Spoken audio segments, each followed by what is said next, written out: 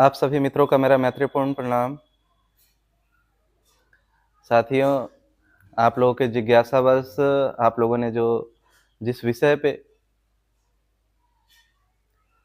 Video बनाने के लिए कहा, आज मैं उसी विषय पे वीडियो बनाने जा रहा हूँ, ताकि आप लोगों के मन में जो भ्रम या जो सवालें उत्पन्न हो रही, कौतूहल पैदा हो रहा है, क्योंकि मुझे पता है क्यों क्योंकि एक समय ऐसा था जब मैं भी आपके जैसा इन सारे सवालों पे सवाल किया करता था, इन सारे घटनाओं पे कि ऐसा ये क्यों, ऐसा वो क्यों? तो आज आपके अंदर भी ये सवाल पैदा हो रहे हैं और जिज्ञासा पैदा हो रही है। तो सुनकर के काफ़ी अच्छा लग रहा है कि आप एक जिज्ञासावान व्यक्ति हो और कुछ जानना चाहते हैं। अगर जानना चाहते हैं तो इस वीडियो को ध्यान से पूरा देखेंगे। नहीं तो आप वीडियो के थंबनेल को और वीडियो के विषय को देख कर के ही बीच में ही छोड़ देते हैं और फिर भ्रमित हो जाते हैं और कुछ भी अनर्गल और अनशब्द बोलना शुरू कर देते हैं, या टेंस में आ जाते हैं कि एक भिक्षु होकर के कोई इस टॉपिक पे क्यों बोल रहा है। नहीं तो आप एक सांप्रदायिक व्यक्ति मानसिकता, कुंठित मानसिकता के हो जाते हैं बिना पूरा वीडियो देखे हुए। तो मैं आशा करूँगा कि आप पहले पूरा वीडियो देखेंगे, क्योंकि अगर आपने सवाल किए तो आपके सवालों के जवाब दिए जा रहे हैं, तो इस वीडियो को अंत तक देखें, तो ही आपको आपके सवालों के जवाब मिल सकते हैं। अन्यथा संप्रदाय बन के रह जाएँगे। और मैं संप्रदाय को उन्हीं कहता हूँ कि जो अपने आप को श्रेष्ठ और दूसरे को नीच दिखाने की कोशिश करता है। अपने बुद्ध पुरुष को सबसे ऊँचा और दूसरे के बुद्ध पुरुष को नीचा दिखाने की कोशिश करता है। अपने धर्म ग्रंथों को सही और दूसरे के धर्म ग्रंथों को गलत बताता है, वैसे व्यक्ति को मैं सांप्रदायिक कहता हूँ। और अगर आप सांप्रदायिक नहीं हैं, तो आप इस वीडियो को अंत तक देखें, उसके बाद ही जजमेंट निकालें कि मैंने जो बातें बताई है वो तर्कसंगत है या नहीं है, आपको अच्छी लगी या नहीं लगी। लेकिन ये जो बातें मैं बताने जा रहा हूँ, ये मेरा पूरा का पूरा मेरे अनुभव आधारित है। इसीलिए मैं जिस भी विषय पे बोलता हूँ, वो मेरा अपना अनुभव होता है। विषय कोई और होते, आपने सवाल किए, लेकिन उसके प्रति मेरा जो अनुभव रहा है, मैं उसे ही साझा करने जा रहा हूँ। और आप सभी के जिज्ञासा से जो सवालें बार-बार उठी और कमेंट में आया, मैं सच्चा मुसलमान हूँ इस वीडियो पे, कि इस्लाम में 72 हूर और शराब की नदियाँ का ज़िक्र आता है, तो ये कैसे सही हो सकता है कि किसी के जन्नत में जाकर के 72 हूर मिलती हों? ये कैसे संभव है? जबकि बुद्ध तो जन्नत और जहन्नुम, नर्क और स्वर्ग को नहीं मानते। सही बात है कि गौतम बुद्ध स्वर्ग और नर्क को नहीं मानते, लेकिन वो ये बात तो मानते हैं कि चेतना की ऊँचाइयाँ भी होती हैं। सिद्धार्थ गौतम पूरी पूरे जीवन काल में अपने, मतलब जब तक वो सिद्धार्थ गौतम थे, बुद्ध का नहीं, 29 वर्ष तक की जो आयु, जब तक वो घर को त्याग नहीं किए थे, उस समय तक कम से कम वे तो सुखी नहीं थे, वे तो आनंदित नहीं थे। और ऐसा भी नहीं है कि उन्होंने कोई चीज़ों को देखा नहीं, जाना नहीं, सारी चीज़ों का भोग किया, राजपाट में रहे, अच्छे-अच्छे खाना-पीना खाए, सब कुछ। लेकिन उनके अंदर कुछ ना कुछ चीज़ें ऐसी तो बच गई कि जिसके तलाश में उनको घर छोड़ना पड़ा, जिसकी तलाश में उन्होंने घर छोड़ा। तो आप जो ये सवाल करते हैं कि वो अच्छा कैसे हो सकता है जहाँ पे ईश्वर और इन चीज़ों की बात आ रही है, जहाँ पे स्वर्ग नरक की बात आ रही है, तो मुझे ये बताना कि गौतम बुद्ध ने फिर किस चीज़ की तलाश में बाहर निकले घर से? क्योंकि ऐसा तो कुछ, ऐसी कोई भी चीज़ें नहीं थी जो उनको उपलब्ध नहीं थी, जो आज आपकी नीड है। अच्छा खाना, अच्छा पीना, अच्छा पहनना, अच्छा से रहना, क्या नहीं था गौतम बुद्ध के पास? फिर वे घर छोड़ कर के क्यों गए? जब इसके पीछे जाएँगे तो समझ में आएगा कि एक स्टेट, माइंड का एक स्टेट आता है, स्टेट ऑफ माइंड, कि जहाँ पे सुख-दुःख समाप्त हो जाते हैं, जहाँ पे हम दुखों से मुक्त हो जाते हैं। इसी की तो खोज की थी ना बुद्ध ने, दुखों से मुक्ति। स्वयं वो दुख से मुक्ति के खोजे उपाय और स्वयं दुख से मुक्त हुए, और हजारों लाखों लोगों को और पूरी दुनिया भर में प्रचार करके लोगों को दुख मुक्त किए। तो ऐसी अवस्था भी है जहाँ पे हमें दुख नहीं होता है, ऐसी अवस्था भी होता है जहाँ पे हमारा काम, क्रोध, लोभ, मोह, ईर्ष्या, द्वेष, राग, अहंकार, ये सारे सारे तिरोहित हो जाते हैं, गिर जाते हैं। ऐसी एक अवस्था है मन की, इसके बारे में आपको पता नहीं है। आपको लगता है कि आपने धम्म को उतना ही समझा, बुद्ध को, कि काम वासना गलत है, तो हाँ, उसे अगर आती है तो उसे दबा दो, सप्रेस्ड कर दो। तो सप्रेशन करते हैं, लेकिन उठ तो रही है, लेकिन उसे दबा रहे हैं। दबाने से क्या होता है कि एक बीमारी हो जाती है, हिस्टीरिया हो जाता है, या अलग अलग रोग हो जाते हैं, मानसिक रोग हो जाते हैं, वो दबाने की वजह से है। लेकिन बुद्ध जैसा व्यक्ति अपने काम वासना को दबाता नहीं, उसको काम वासना हावी ही नहीं होता है। तो आपको विश्वास नहीं होगा कि ऐसा कोई कोई स्टेट आता हो। आपको ये समझ में आ गया है कि बुद्ध की कहानी सुनकर के बुद्ध को गुस्सा नहीं आता। आपको भी कोई गाली दे रहा है और चेहरे पे झूठ मूठ का मुस्कान दिए हुए है कि नहीं नहीं, मैं तो बुद्ध को मानने वाला हूँ, मुझे गाली से फर्क नहीं है। और फिर घर में जाते हैं, और जो क्रोध उठा था जब दूसरे ने गाली दिया था, उस क्रोध को जा करके अपने घर में निकालते हैं। क्या अपनी बीवी को मारेंगे, या बच्चों को मार के, या डांट के, या अपने दोस्तों को डांट के, या अपने माँ बाप को डांट के, कहीं ना कहीं उस गुस्से को जा करके वो घर में निकालते हैं, या किसी दूसरे के सामने निकालते हैं। जैसे बॉस जब एम्प्लॉइज को डांटता है या बुरा भला कहता है, तो वो चुप रहता है। चुप रहता है इसका मतलब ये नहीं है कि उस एम्प्लॉय को गुस्सा नहीं आ रहा है, उसका बॉस उसे डांट रहा है या गाली दे रहा है। तो गुस्सा आता है, लेकिन जानता है कि अगर मैंने यहाँ पे रिप्लाई दे दिया तो मेरी नौकरी हाथ से चली जाएगी, जो मेरा कमाने का साधन है वो सब समाप्त हो जाएगा। तो वो क्रोध को पी जाता है। लेकिन क्रोध तो उठा, क्रोध जब उठा तो वो जाएगा कहाँ? तो वे जाता है घर में, और घर में जाकर के वो गुस्सा अपनी पत्नी पे, अपनी माँ बाप को डांट के, या अपनी पत्नी को मार करके, या अपने बच्चों को मार करके निकाल लेता है। कहीं ना कहीं जाकर के वो उसे निकालता ही है, क्योंकि उठा है तो कहीं ना कहीं निकालेगा। जरूरी नहीं है कि उठा जिसने गाली दिया उसी को डांट के या उसको मार करके निकाल दे गुस्सा। लोग दबा लेते हैं और उन गुस्से को जाकर कहीं और निकालते हैं। नहीं निकालते हैं तो मानसिक तौर पे बहुत टेंस होते चले जाते हैं, डिप्रेशन, एंजाइटी का शिकार होते हैं, और मेंटल डिस्टर्बेंस हो जाती है। तो कहीं ना कहीं जाके निकालते हैं। लेकिन एक ऐसी भी अवस्था है जहाँ पे जाने से ना आपको काम वासना पकड़ती है, ना क्रोध पकड़ता है, गुस्सा आता है, ना आप किसी चीज के प्रति मोहित होते हो, ना आप किसी लोभ के चक्कर में पड़ते हो, ना आप किसी से ईर्ष्या निंदा करते हो, ना आपको अहंकार पकड़ता है। एक ऐसा भी स्टेट है। वो स्टेट को खोजने के लिए ही, माइंड के ऐसे स्टेट को खोजने के लिए ही गौतम बुद्ध ने घर त्याग किया था, गृह त्याग किया था। और वे त्याग करके गए, और उन्होंने उस मार्ग पे चले, अनेकों गुरुओं से मिले, और उस चीज को उपलब्ध हुए जिसे बुद्धत्व कहा जाता है, जिसे समाधि कहा जाता है। और उसे प्राप्त होने के बाद तत्पश्चात उन्होंने घोषणा की कि मैं बुद्ध हो चुका, और मेरे सारे सवाल गिर गए हैं। एक ऐसा जगह जहां से सारे सवाल गिर जाते, फिर मन में कोई सवाल नहीं होता, दुखों से मुक्त हो जाते हैं। ऐसा नहीं है कि दुख नहीं आता है, दुख आता है, लेकिन हम दुखों से मुक्त हो जाते हैं। वो दुख हमें प्रभावित नहीं करता है। तो एक मेंटल ऑफ स्टेट होता है माइंड का, मन का। उस स्टेट की बातें बुद्ध ने तो कही है कि चेतना का भी एक, कॉन्शियसनेस का भी एक सुपर कॉन्शियसनेस, हाई कॉन्शियसनेस होते हैं।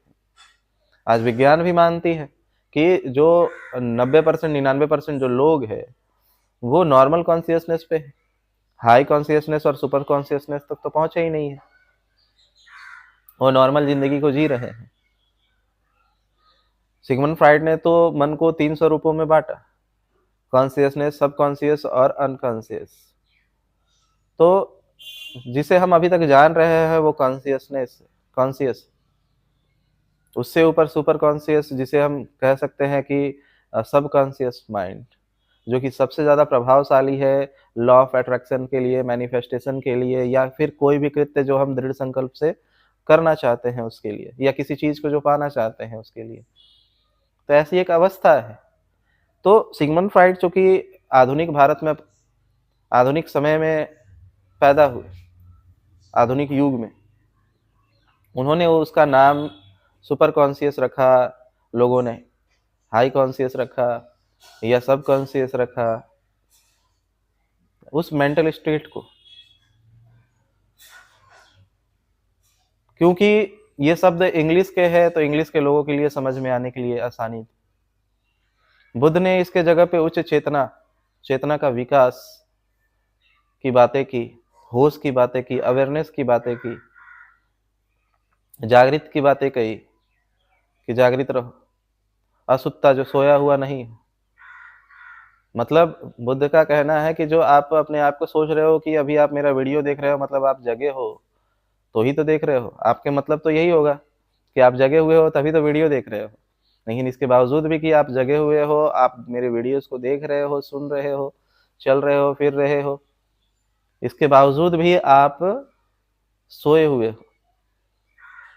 वैसा व्यक्ति जिसने अपनी चेतनाओं का विकास, उच्चतम मानव की जो उच्चतम चेतना है, जो उसकी क्षमता है, जब तक उस ऊंचाई, उस शिखर को ना छू ले, तब तक वो सोया हुआ ही है। क्योंकि जब वो जग जाता है और जग करके उस जगह से हाई कॉन्शियसनेस, सुपर कॉन्शियसनेस तक पहुंच जाता है, तो फिर उसको कोई सुख और दुख प्रभावित नहीं करते हैं। दुख भी आता है तो उसे सहज भाव से देखता है, समता भाव से, और उसे देखते ही रहता है। वो आया चला गया। सुख आया तो सुख में भी ज़्यादा खुशी नहीं हो जाता, वो उसको भी उसी तरीके से लेता है। दुख आता है तो उसको भी उसी तरीके से लेता है। सुख और दुख में वो सम बना रहता है। ऐसी अवस्था को बुद्धत्व कहते हैं, समाधि कहते हैं। तो हर अलग अलग जगहों पे अलग अलग शब्द थे जिसका उपयोग लोगों ने किया, लेकिन कुछ ऐसे भी जगह थे जहाँ पे शब्दों का विकास नहीं हुआ था, जहाँ पे ढेर सारे शब्द आध्यात्मिक शब्द नहीं थे, क्योंकि कुछ घटनाएं घटी। मोहम्मद साहब जब बुद्धत्व को प्राप्त हुए, बुद्धत्व को उपलब्ध हुए, बुद्ध पुरुष हुए, तो उसके बाद चूंकि आपको जानकारी हो कि मोहम्मद साहब कोई पढ़े लिखे व्यक्ति नहीं थे, वो वहाँ पे कोई स्कूल नहीं था कि जहाँ पे वो पढ़ते और हाई क्वालिफाइड होते। लेकिन गौतम बुद्ध जिस भारत में पैदा हुए थे, उनसे पहले भी 28 बुद्धों की श्रृंखला थी, और यहाँ पे शिक्षा व्यवस्था थी, और काफ़ी आध्यात्मिक ज्ञान और आध्यात्मिक शब्दों तब तक बहुत उपलब्ध थे भारत में। लेकिन ये शब्द अरब में उपलब्ध नहीं थे, मक्का में और मदीना में उपलब्ध नहीं थे इतने शब्द, स्कूलें नहीं थी, यूनिवर्सिटीज़ नहीं थी। जबकि जब गौतम बुद्ध भारत में रहे, उस समय ढेर सारे गुरुकुल थे, शिक्षा के केंद्र थे। तो ये कारण रहा कि एक तो मोहम्मद साहब के पास शब्दों के कलेक्शन नहीं थे, लेकिन सत्य को तो जाना था। और जब लोग जिस स्टेट पे होते हैं, जहाँ वो होते हैं, बुद्ध पुरुष क्या करते हैं, वो अपना कोई रास्ता नहीं बताते हैं। वो कहते हैं जहाँ आप हो वहीं से ऊपर उठने की कोशिश करो। आप जहाँ हो वहीं से उठाने के काम करते हैं। इसीलिए तो इसको मध्यम मार्ग कहा जाता है। इसको बीच का रास्ता कहे, मध्यम मार्ग कहे, या सहज मार्ग कहे, समता मार्ग कहे, सम्यक मार्ग कहे, कुछ भी कह सकते हैं। तो वे लोग बीच का रास्ता, मतलब जहाँ से आप हो वहीं से वो निकालने की कोशिश करते हैं। ना कहते हैं कि तुम उसे छोड़ करके मेरे पास आ जाओ, और ना कहते हैं कि उसको पकड़े ही रहो। कहते हैं तुम जहाँ हो उसे भी रखो, और मैं जो बोल रहा हूँ उसे भी रखो। मतलब अगर आप टीचर, गौतम बुद्ध ने एक जगह पे, जब उन्होंने अष्टांगिक मार्ग है, जब आप पढ़ेंगे तो उसमें एक है सम्यक आजीविका। तो सम्यक आजीविका का मतलब क्या है? सम्यक आजीविका का मतलब है कि ऐसी आजीविका, चूंकि सब लोग तो आजीविका कर ही रहे थे, फिर गौतम बुद्ध को सम्यक शब्द का उपयोग क्यों करना पड़ा आजीविका के लिए? ऐसा नहीं है कि गौतम बुद्ध ने जब जीविका की बातें कही तो उस समय तक कोई जीविका नहीं करता था, कोई व्यापार नहीं करता था, कोई खरीद-फरोख्त नहीं करता था, कोई लेन-देन नहीं करता था, ऐसा तो नहीं है। फिर बुद्ध ने सम्यक आजीविका की बातें क्यों कही? सम्यक आजीविका की बातें इसलिए कही ताकि लोग जो है वो समझे कि कैसे व्यापार करने चाहिए। पहले क्या था कि लोगों को ठगना, अगर ₹1 का सामान है तो ₹10 में देना, या फिर जो सामान बेच रहे हैं उसमें मिलावट करना, कंकड़ मिला देना, कंकड़ मिला करके बेचना, या फिर ऐसे चीज जैसे शुद्ध पे पैसे अगर किसी को उधार दिए हैं तो उससे उसका खून चूस लेना। ज्यादा से ज्यादा ऋण अगर हम उस पर थोपेंगे तो खून चूसना ही होगा। मतलब जितना आपने किसी को उधार के तौर पे दिया है तो उसका कुछ ही हिस्सा आप रिटर्न लीजिए। ऐसा भी नहीं है कि आप फ्री में दे और उतना ही पैसा ले ले, ऐसा भी बुद्ध ने नहीं कहा। आपने दिया है, चलो, तो ऋण पे दिया है तो थोड़ा मोड़ा ऋण आप वापस लो। आप डायरेक्ट कुछ ज्यादा ही नहीं करने लग जाओ। अब ₹1 का सामान ₹10 में बेचने मत लग जाओ, या फिर ऐसे व्यापार मत करो जिससे कि जीव हत्या होता। मांसाहार जीवों की हत्या मत करो अपने टेस्ट के लिए, क्योंकि उन्होंने ऐसी बातें इसलिए क्योंकि कही क्योंकि वो भारत में थे। अगर मोहम्मद होते तो ये बातें नहीं कह सकते थे, या बुद्ध ही अगर अरब में पैदा होते तो ये बातें नहीं कह सकते थे, क्योंकि वहां पे तो साग सब्जियां फल फ्रूट्स तो फल तो थे ही नहीं, साग सब्जियां थे ही नहीं, तो इतने पेड़ पौधे ही नहीं थे, तो इसीलिए वहां पे वे नहीं कह सकते थे ये बातें। तो भारत में उन्होंने कहा कि यहाँ पे खाने के लिए तो अनेकों चीजें हैं, अनेकों फल है, सब्जियां है, मतलब अनेकों चीजें हैं जो यहाँ पे आदमी इंसान खा करके जीवित रह सकता है और जीवन यापन कर सकता है। तो उन्होंने कहा कि अपने टेस्ट के लिए जीवों की हत्या करना नहीं। तो ऐसी जीविका जो कि एक मानवता पे आधारित ना हो, आप ठगी कर रहे हो तो ये गलत है। आप किसी ₹1 के सामान को ₹10 में बेच रहे हो, ये गलत है।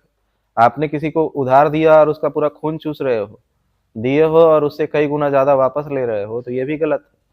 आप अपने जीवन यापन करने के लिए किसी जीव की हत्या कर रहे हो तो ये भी गलत है। इसीलिए उन्होंने कहा कि सम्यक आजीविका को अपनाने के लिए।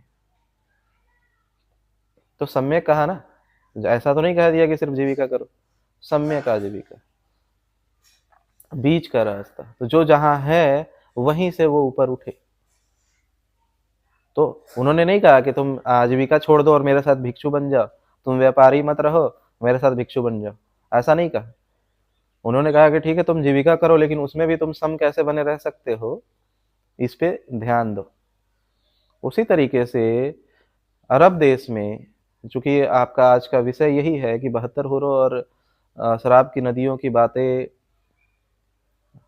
इस्लाम में बताई जाती है, प्रचार में है, और जो बातें सब उठी है विषय, तो कहीं ना कहीं ये लिखी होगी या कि कानों कान सुनते हुए यहाँ तक आई है, इसीलिए ये विषय मुझसे पूछा गया है। तो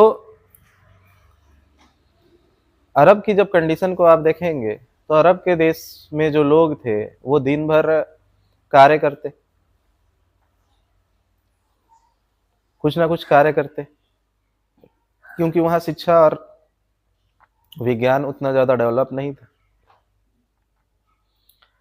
तो वहां के लोगों की स्थिति उन्होंने देखी, जो कि अनपढ़ थे, अज्ञानी थे, और एक कबीले की जो माइंडसेट होती है, ठोस माइंडसेट, कबीले की जो माइंडसेट है आप नहीं समझ सकते हो।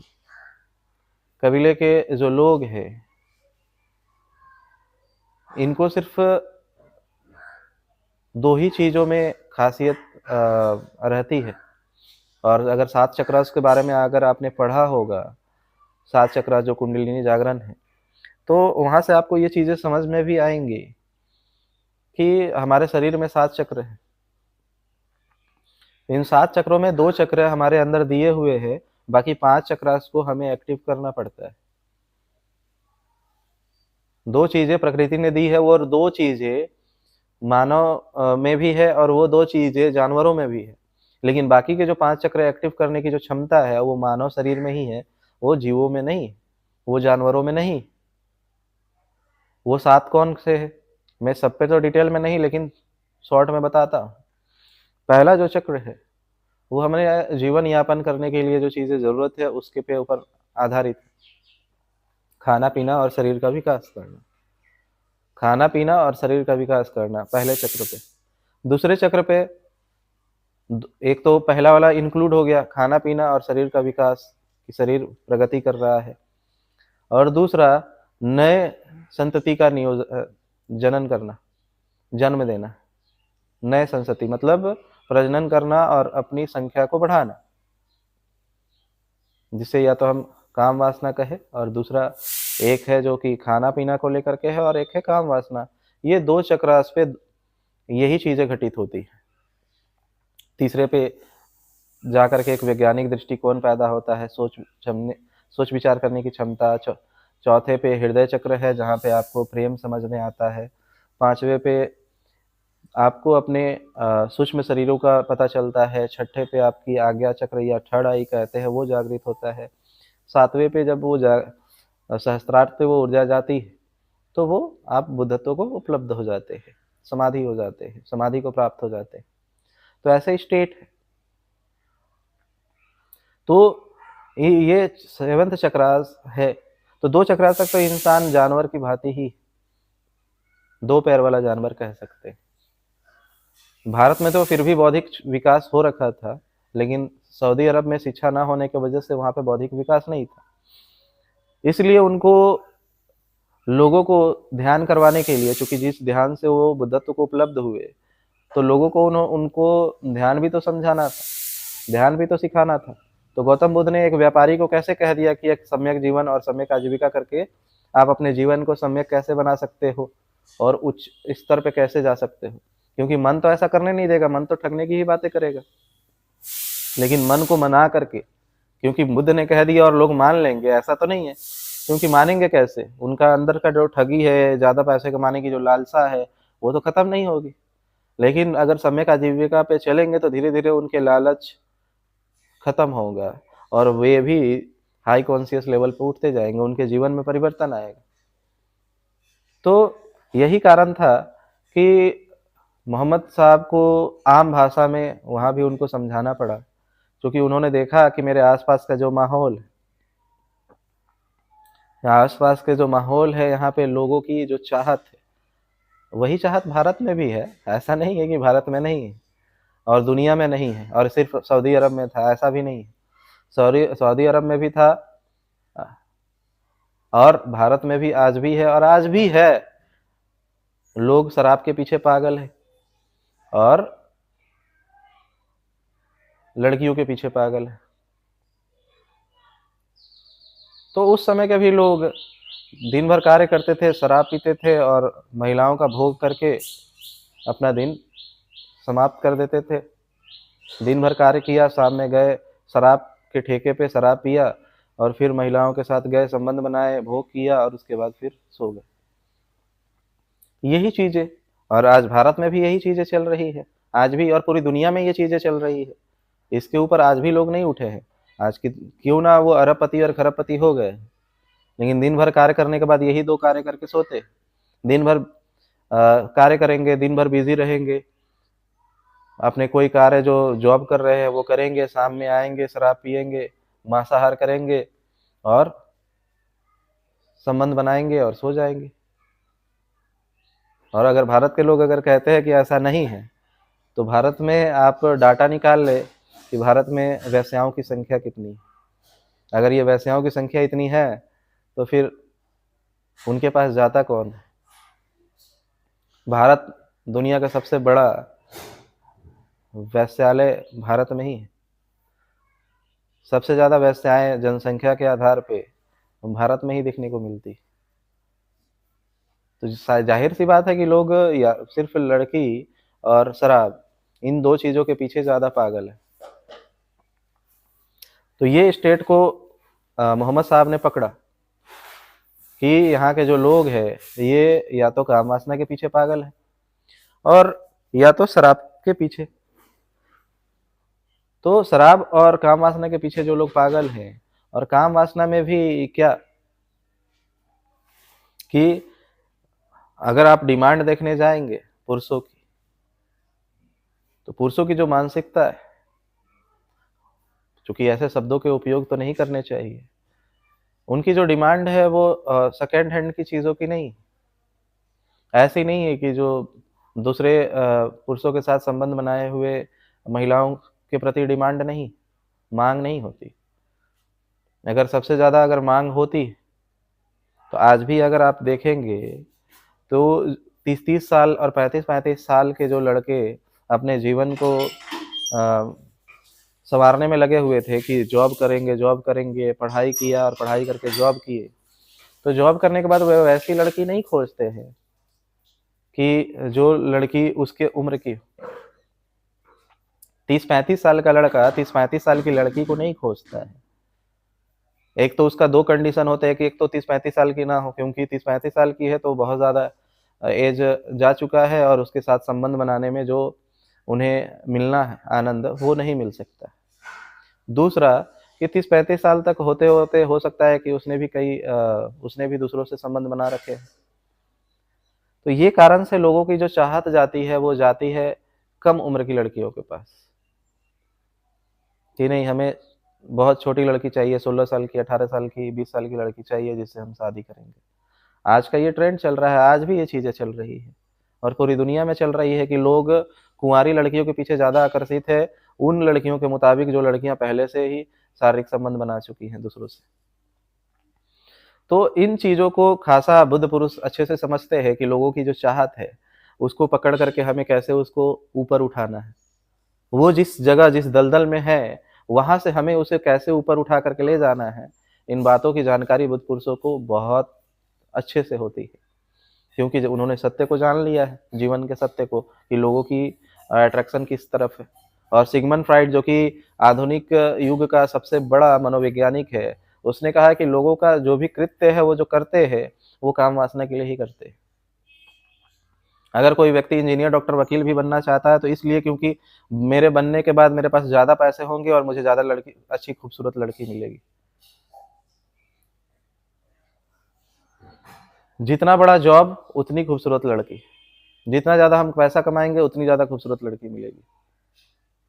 मतलब उसके जॉब का भी लेना देना एक खूबसूरत लड़की से है, मतलब काम वासना से ही है। सिगमंड फ्राइड के इस रिसर्च के मुताबिक ही उसके बाद एक व्यापार की दुनिया में एक आधुनिक बदलाव आया, एक अलग बदलाव आया कि दुनिया के जितने भी व्यापारी है उन्होंने इस रिसर्च के मुताबिक उन्होंने हर चीज़ को लड़कियों से जोड़ करके प्रचार करना शुरू किया। आप देखेंगे, आप कोलगेट या कोई भी पेस्ट, क्लोजअप, इन टूथपेस्ट का भी प्रचार करने के लिए लड़कियों की कि अगर आप ये ब्रश करते हो तो लड़कियां इंप्रेस हो जाएंगी, अगर आप ये कपड़ा पहनते हो तो लड़कियां इंप्रेस हो जाएंगी, अगर आप ये परफ्यूम लगाते हो तो लड़कियां इंप्रेस हो जाएंगी, आप ये चश्मा पहनते हो तो लड़कियां इंप्रेस हो जाएंगी, आप गाड़ी खरीदते हो तो लड़कियां इंप्रेस हो जाएंगी। मतलब प्रत्येक चीज को व्यापारी में, बिजनेस में महिलाओं का उपयोग किया जाने लगा, क्योंकि सिगमंड फ्राइड के रिसर्च के मुताबिक प्रत्येक व्यक्ति जो है वो काम वासना के कारण ही किसी चीज़ों को कार्य करता है, काम वासना की पूर्ति के लिए, उसको पाने के लिए। तो ये बात को मोहम्मद साहब अच्छे से जानते थे, इसीलिए उन्होंने लोगों को कहा, और जो बातें कही वो गलत नहीं कही। उन्होंने कहा कि यहाँ पे तुम जो अलग अलग लड़कियों को डेली डेली भोग रहे हो, क्योंकि वैश्यालय थे, महिलाओं की खरीद फरोख्त होती थी। तो एक कहावत के तौर पे कहते हैं ना, तेरे जैसे बहुत देखे हैं मैंने, तेरे जैसे 36 मेरे आगे पीछे भटकते हैं, मैं अकेला 56 से टकरा लूंगा। तो एक कहावत के तौर पे जो चीजें आती है ना कि कितनों को देख लूंगा, मतलब कहावत के तौर पे संख्या की बातें करते हैं, ज्यादा से ज्यादा संख्या की बातें करते हैं। इसीलिए मोहम्मद साहब ने कहा, क्या इन लड़कियों के पीछे पड़े हुए हो? जिन लड़कियों के पीछे पड़े हुए हो ये तो वैश्याएं हैं। इन वैश्याओं के पीछे क्यों पड़े हो, जिनके साथ पता नहीं रोज कितने संबंध बनाए जाते हैं? इनके चक्कर में क्यों पड़े हो, इनके पीछे क्यों पड़े हो? मैं जो कहता हूं, जो मैं मार्ग बता रहा, जो ध्यान का मार्ग मैं बता रहा हूँ, मोहम्मद साहब ने ध्यान की जगह पे नमाज शब्द का उपयोग किया, इसीलिए लोगों में कंफ्यूजन है कि नमाज अलग और ध्यान अलग है। वहां के शब्दों के अनुसार नमाज मतलब ध्यान। अगर तुम इस मार्ग पे चलते हो और जो मैं सत्य का मार्ग बता रहा हूं, अगर इस मार्ग पे चलते हो तो एक तुम्हें स्वर्ग में 72 हूरें मिलेंगी, मतलब 72 खूबसूरत लड़कियां मिलेंगी, एकदम खूबसूरत। ये लड़कियां कहाँ खूबसूरत है, इनसे भी कई गुना ज्यादा खूबसूरत लड़कियां मिलेंगी, और एक नहीं 72 लड़कियां मिलेंगी। तो वो स्वर्ग, जिस स्वर्ग की बातें कर रहे हैं, आपको लगता होगा कि मोहम्मद साहब किसी स्वर्ग की बातें कर रहे हैं, नहीं। वो जिस जन्नत की बात कर रहे हैं, वो जन्नत कहीं आकाश में कहीं और नहीं है। बुद्ध ने इसका जवाब दिया है, उच्च चेतना, सुपर कॉन्शियसनेस को ही स्वर्ग कहा जाता है। ऐसी अवस्था जहाँ पे सुख दुख ना हो। स्वर्ग का मतलब क्या होता है? जहाँ पे सुख दुख, सिर्फ महा आनंद हो, महासुख। तो बुद्ध स्वयं जब बुद्धत्व को प्राप्त किए तो उन्होंने घोषणा की कि मैं महासुख में प्रवेश कर चुका हूं, मैं महा आनंदित हो चुका हूं। ऐसा जगह जहां सुख दुख नहीं होते, उस अवस्था को ही तो देवत्व कहा जाता है, देवता कहा जाता है। और कहा जाता है कि देवता स्वर्ग, जो देवता होते हैं वो स्वर्ग में जीते हैं। स्वर्ग कहीं और नहीं है, स्टेट ऑफ माइंड को ही स्वर्ग कहा जाता है। एक ऐसा सुपर कॉन्शियसनेस के स्टेट ऑफ माइंड को ही स्वर्ग कहा जाता है। और जो व्यक्ति देवत्व को उपलब्ध होता है, मतलब उपलब्धि होती है, समाधि घटित होता है, तो वो एक देवता के समान हो जाता है, उसे ही वो देवता कहा जाता है। तो मोहम्मद साहब जिस जन्नत की बातें कर रहे हैं और बुद्ध जिस चेतना के उच्च स्तर की बातें कर रहे हैं, दोनों समान है। बुद्ध जिस उचना के उच्चतम स्तर की बातें कर रहे हैं और मोहम्मद जिस जन्नत की बातें कर रहे हैं, वो एक माइंड ऑफ स्टेट है, मेंटल स्टेट है, जो ध्यान के मार्ग पे चल करके उससे पाया जा सकता है। जब हम उस अवस्था में पहुंचते हैं तो वो कह रहे हैं कि जब तुम उस जगह पे पहुंचोगे, मतलब जन्नत में, स्वर्ग, तो वो लोगों को तो उतना समझदार नहीं है कि लोगों को एज इट इज समझाया जाए। एज इट इज समझाया नहीं जा सकता। एज इट इज उन्हें समझाया जा सकता है जहाँ पे आध्यात्मिक विकास हो चुका हो, आध्यात्मिक शिक्षाएं लोगों के पास बहुत हो। भारत में आध्यात्मिक शिक्षाएं पहले से मौजूद थी, इसलिए बुद्ध को उतना नीचे जा करके डाउनफॉल से समझाने की जरूरत नहीं पड़ी जितना कि मोहम्मद को जरूरत पड़ी थी वहां पे समझाने के लिए, मक्का में, मदीना में, अरब देशों में। तो उनको वहां जाकर के समझानी पड़ी कि जब तुम इस रास्ते पे चलोगे तो तुम जन्नत में जाओगे, क्योंकि लालच दिया गया ध्यान करने के लिए। तो मैं आपको बताऊं कि अगर कोई व्यक्ति किसी अच्छे कार्य के लिए भी अगर लालच देता हो तो इसमें गलत क्या है? क्या है गलत इसमें? वो लालच दे रहा है, किस लिए दे रहा है? वो 72 हीरो की बातें कर रहा है, किस लिए कर रहा है? आप एग्जाम्पल को पकड़ लेते हो, उदाहरण को पकड़ लेते हो। उदाहरण को पकड़ेंगे तो बहुत सारी चीजों में भटकेंगे आप, बहुत सारी चीजों में। बुद्ध के जीवन से एक घटना है कि एक व्यक्ति आया जो कि सारे आश्रमों में, सारे गुरुकुलों में भटका और लोगों से सवाल किया करता था, और सिर्फ सवाल ही करना उसका काम था। तो ऐसे ही भटकते हुए वो बुद्ध के पास आया, और बुद्ध से भी आया सवाल करने। तो उनके शिष्यों ने पहले ही बता दिया कि कई आश्रमों से और कई गुरुओं के पास से भटक के आया है, और ये सिर्फ सवाल करता है, और कोई जवाब दे तो उसे अस्वीकार कर देता है। तो जब बुद्ध के पास वो व्यक्ति आया तो बुद्ध ने कहा कि सच में ये सवाल जो तुम सवाल कर रहे हो, इसके जवाब सच में पाना चाहते हो? तो उसने कहा हाँ, मैं सच में पाना चाहता हूँ। तो बुद्ध ने कहा इसके लिए क्या कीमत चुकाओगे?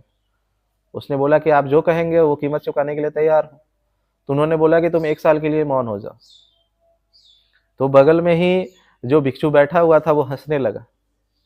तो उसने कहा कि नहीं नहीं नहीं, ऐसा ही बुद्ध ने हमें भी झांसा में अपना फंसाया है। अगर आपको जवाब चाहिए तो अभी के अभी मांग लो, नहीं तो 1 साल के बाद नहीं मिलने वाला है। तो इस बात को वो व्यक्ति समझा नहीं कि वो भिक्षु क्या कह रहा है। लेकिन जब 1 साल वो मौन रहा और ध्यान, जो बुद्ध कहते थे कि मौन रहना और ध्यान करना है। 1 साल मौन रहो, संग में रहो, मौन रहो और ध्यान रहो, मुँह बंद करके ध्यान करो। 1 साल जब मौन रहा और ध्यान किया तो वो खुद सुपर कॉन्शियस के लेवल पे चला गया। जब वहाँ पे वो चला ही गया, तो फिर उसके सारे सवाल गिर गए, सारे सवालों के जवाब मिल गए, तो सारे सवाल गिर गए। उसके बाद वो 1 साल के बाद जब बुद्ध ने उसे वापस बुलाया, कि बोला कि अब बोलो, आप सवाल, कुछ जो सवाल लेकर के आए थे उसको पूछो, क्या मैं अब जवाब दूँ उसको? तो उसने कहा नहीं, मुझे मिल गया। तो एक ऐसा स्तर होता है जहाँ पे जाके जवाब मिल जाते हैं। लेकिन बुद्ध ने क्या किया, वैसे लोगों को 1 साल के लिए उलझाया ना, झूठ बोला ना कि मैं 1 साल के बाद जवाब दूंगा। जवाब दिया क्या? नहीं दिया। जवाब नहीं दिया।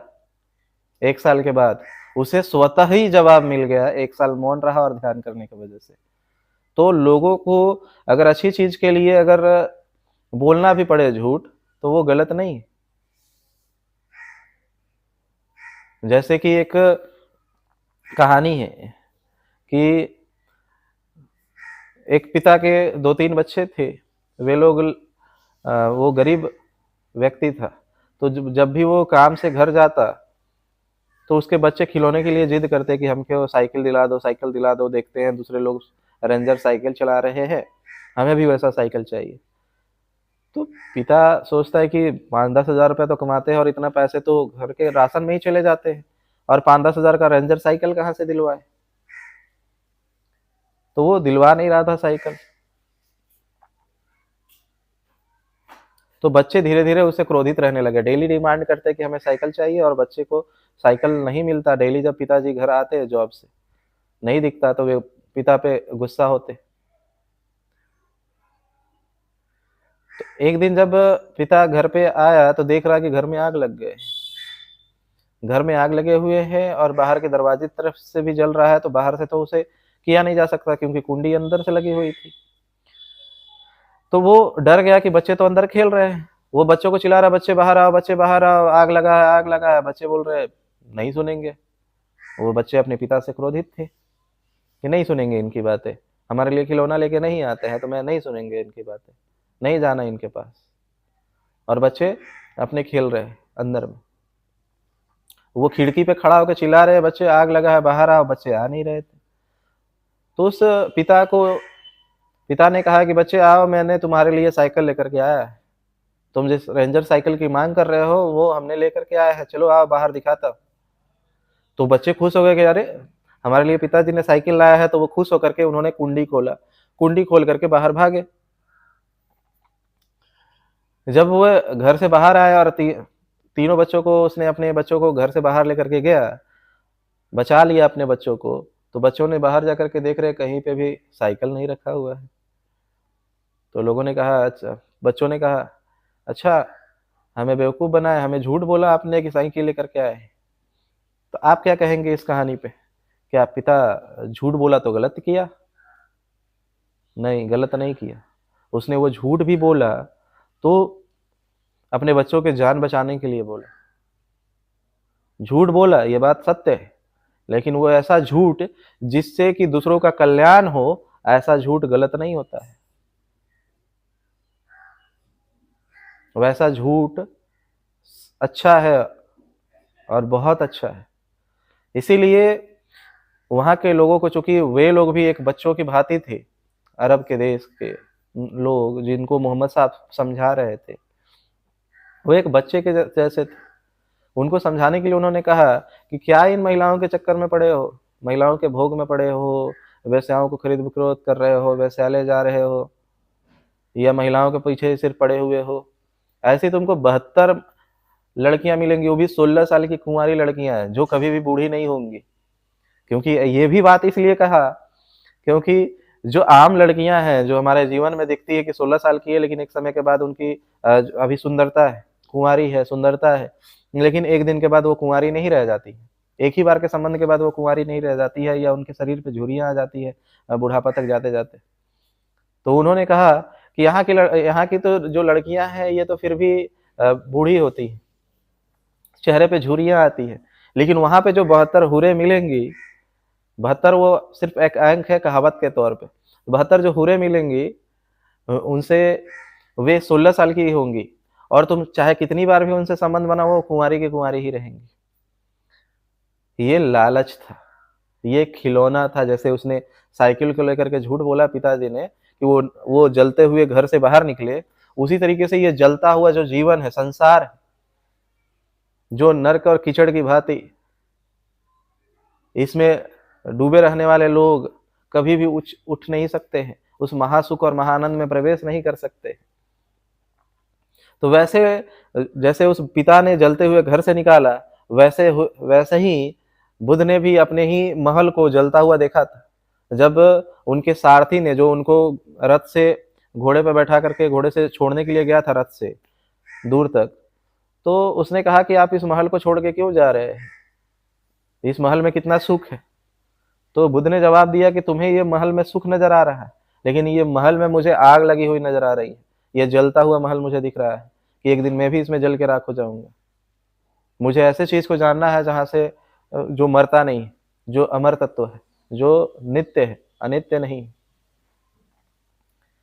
उसी तरीके से मोहम्मद साहब ने भी लोगों को कहा कि एक जगह ऐसी है, तुम अगर ध्यान करते हो, सत्य के मार्ग पे चलते हो, तो एक ऐसी अवस्था, मतलब तुम्हें जन्नत प्राप्त होगा और उस जन्नत में 72 हूरें होंगी। और 72 हूरें ही नहीं होंगी, वो 16 साल की कुंवारी लड़कियां होंगी और बहुत खूबसूरत होंगी। और जो तुम जितनी बार भी उनके साथ संबंध बनाओगे, वो कुंवारी की कुंवारी ही रहेंगी, वो बूढ़ी ही नहीं होंगी। ऐसा उन्होंने लालच देने के लिए कहा था, ताकि लोग ध्यान के मार्ग पे आए। लोग शराब में लिप्त थे, शराब ही पिया करते थे। तो वे कहते थे ये शराब कौन सी पीना, ये शराब क्या पीना। मैं जिस मार्ग को बता रहा हूँ, ध्यान के मार्ग पे चलो, सत्य के मार्ग पे चलो, जन्नत में शराब की नदियां हैं, पीते रहना जितना पीना है। यहाँ पे तो तुम भी एक बोतल पीने के लिए तुम्हें पैसे खर्च करने पड़ रहे हैं, वहां मुफ्त में शराब की नदियां बहेंगी, वहां मुफ्त में तुम्हें शराब मिलेंगी। और एक बोतल नहीं, शराब की नदियां ही रहेंगी, तुमको जितना पीना है पीते रहना। लेकिन एक बार सत्य के मार्ग पे चलो, ध्यान करो, सत्य के मार्ग पे चलो, और जब जन्नत पहुंचोगे तो तुम्हें ये सारी चीजें मिलेंगी। ये लोगों के जीवन को सुधारने के लिए था। अगर ये बातें बोल करके अगर हम किसी व्यक्ति के जीवन को सुधार सकते हैं और किसी का जीवन सुधर सकता है, तो ये झूठ बोलना कोई गलत नहीं है। ये झूठ बोलना कहीं से भी गलत नहीं है। उन्होंने लोगों को ध्यान मार्ग पे और सत्य के मार्ग पे चलने के लिए झूठ कहा था, और आध्यात्मिक दृष्टि से ये झूठ भी नहीं था। कैसे? तो मैंने जिस बुद्धत्व की और समाधि की अवस्था की बात कर रहा हूँ, सुपर कॉन्शियसनेस की बातें कर रहा हूँ, और बुद्ध जो कह रहे हैं कि मैं अब महासुख और महाआनंद में प्रवेश कर चुका हूँ, और इस अवस्था को परमाहंस और परमानंद की अवस्था कहा जाता है, जहां परम आनंद है, परम आनंद। क्योंकि जब व्यक्ति किसी स्त्री के साथ, कोई स्त्री पुरुष के साथ और पुरुष स्त्री के साथ जब संबंध बनाते हैं, तो वो क्षण भर का जो आनंद है, वो क्षण भर का होता है। जैसे ही संबंध से हटे, उसके बाद रुग्ण अवस्था आ जाती है, घृणा की भावना आ जाती है, या रुग्ण अवस्था आती है, लेकिन वो क्षण भर का आनंद है। तो बुद्ध पुरुषों ने कहा कि वो परमानंद है, मतलब परम आनंद है वहां पे। मतलब जिस आनंद के पीछे तुम भाग रहे हो, ये संसार जिस आनंद के पीछे भाग रही है, पुरुष है स्त्री के पीछे, स्त्री है तो पुरुष के पीछे, काम वासना के पीछे भाग रही है, तो ये छोटी छोटी आनंद को पीछे भाग रही है। और जो बुद्धत्व का जो आनंद है, वो परम आनंद है। उस आनंद में, इस आनंद जैसे हजारों आनंद वहां पे समाहित है। यह आनंद तो तुम्हें सेकेंड और क्षण भर के लिए आता है, मिनटों के लिए आता है, लेकिन जब बुद्धत्व प्राप्त हो जाता है व्यक्ति, जब समाधिस्थ हो जाता है, तो 24 घंटा वो उसी आनंद में रहता है, उसी आनंद में। मतलब वो बड़ा खुश रहता है, बहुत खुश रहता है, उस आनंद को जीता है, वो खुशी को जीता है, महसूस कर रहा होता है। और जैसे शराब पीने से आप मदमस्त होते हो, शराब क्यों पीते हैं लोग? दुख से भूल जाने के लिए, दुख समाप्त हो जाए, दुख भूल जाए। शराब पीने से तो दुख खत्म नहीं हो जाते, थोड़ी देर के लिए भूल जाते हैं जब तक नशा होता है, और दुख का एहसास ना हो, दर्द का एहसास ना हो, इसीलिए तो शराब पीते हैं। लेकिन जब कोई व्यक्ति परमानंद की अवस्था को प्राप्त करता है, बुद्धत्व और समाधि प्राप्त करता है, बुद्धत्व हो जाता है, बुद्ध हो जाता है, तो उसके जीवन में एक शराब, उन्होंने कहा है कि ऐसा शराब क्या है, ये शराब तो फिर भी तुम पीते हो और 1-2 घंटे में नशा उतर जाता है, लेकिन वो शराब जो पियोगे बुद्धत्व का, इसीलिए सूफियों ने इसे मैखाना कहा है। उन्होंने कहा है कि एक आओ मैं तुम्हें ऐसे शराब पिलाता हूं जिसका नशा कभी नहीं उतरता, और ये बात सत्य है। क्योंकि उस अवस्था तक जब मैं भी पहुंचा, तो वो आनंद जो 24 घंटा बना रहता है वो मेरे जीवन में 24 घंटा बना रहा है। जो नशा शराब पीने से आता है कि आदमी झूमते रहता है, मदमस्त रहता है, मजे में रहता है, उसको कोई दुख नहीं होता, कोई दर्द नहीं होता, तो वो अवस्था भी बनी रहती है। एक नशा टाइप से एक नशा छाया रहता है हमेशा, एक मदमस्त बने रहते हैं, हमेशा खुश रहते हैं। उसी को तो आनंद कहा जाता है, परमानंद, परमहंस, बुद्धत्व, समाधि, तीर्थंकर, ऐसी अवस्था। तो मोहम्मद साहब ने उन बातों की बातें की, वो जो जन्नत और जहन्नुम की बातें कर रहे हैं। अगर आप जो जीवन जी रहे हैं जानवरों से, ये जहन्नुम नहीं है तो क्या है?